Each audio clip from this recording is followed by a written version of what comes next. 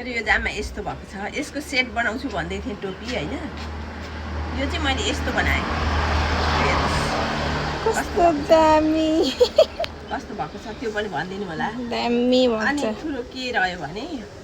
यो मैले त्यत्रो कमाउनलाई बनाएको होइन क्या साथीहरू मेरो कमाइ पैसा आम्दानी मलाई ठुलो कुरो भएन कि मेरो आम्दानीको लागि मलाई अर्कै थोक छ मलाई केही चाहिँदैन मैले हजुरहरू र मेरो चिनजानदेखि लिएर हजुरहरूको माया साथ सपोर्टले मलाई जाँगर लागेको मात्रै हो र अनि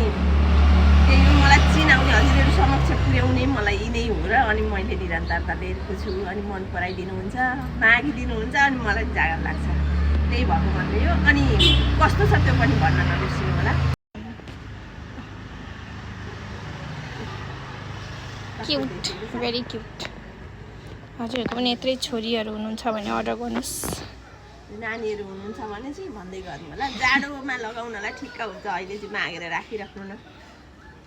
अहिले गर्नु भएर केही गर्दैन त्यति भन्न आएको छु